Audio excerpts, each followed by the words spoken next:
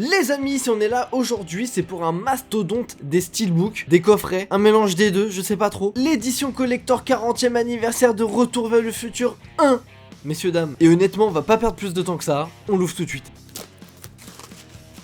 Alors déjà, ce que j'adore, la boîte avec l'affiche originale, hein. J'aime bien les affiches originales des films des années 80. Elles ont très souvent de la gueule, mais surtout le steelbook, et oui, qui est une version alternative, on va dire, de la pochette, hein. Mais j'aime beaucoup la DeLorean, Marty, Doc et tous les autres. Non, franchement, je la trouve trop belle.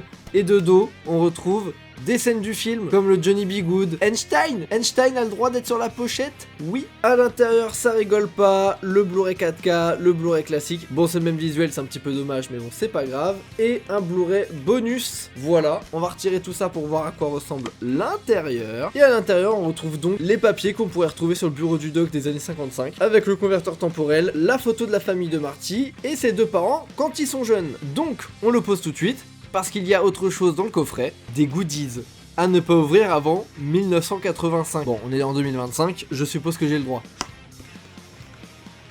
Alors, un dessin du converteur temporel de Emmett Brown, le prospectus, il faut sauver l'horloge de l'hôtel de ville, la lettre de Marty à Doc pour le faire survivre. En plus, il y a le petit détail là, Loose Café, j'aime beaucoup. Le billet de retard de McFly par Strickland au début du film, arrivé à 8h40, hein, ça ment pas. Une photo en HD de Lorraine et George McFly, hein, je suis pas certain qu'en 85 la qualité était aussi bonne, mais moi je le prends. La suite du journal de Hill Valley avec l'horloge qui a été frappée par la foudre. Et alors ça c'est très drôle, hein, je suppose que c'est juste un détail dans le film, mais en gros c'est le fermier où Marty atterrit au début du film qui part en asile tout simplement. En vrai faudrait que je le lise en entier, je suis sûr que c'est plein de pépites. Et enfin une photo HD de Marty, son frère et sa sœur avant qu'ils disparaissent tout simplement.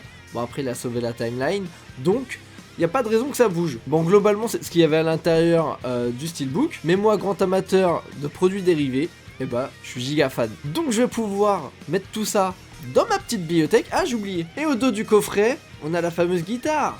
La guitare de Johnny B. Good. Et j'en suis très content. Maintenant, vous vous doutez bien que si le 1 est sorti, les autres ont suivi. Donc on se retrouve très bientôt pour vous les présenter.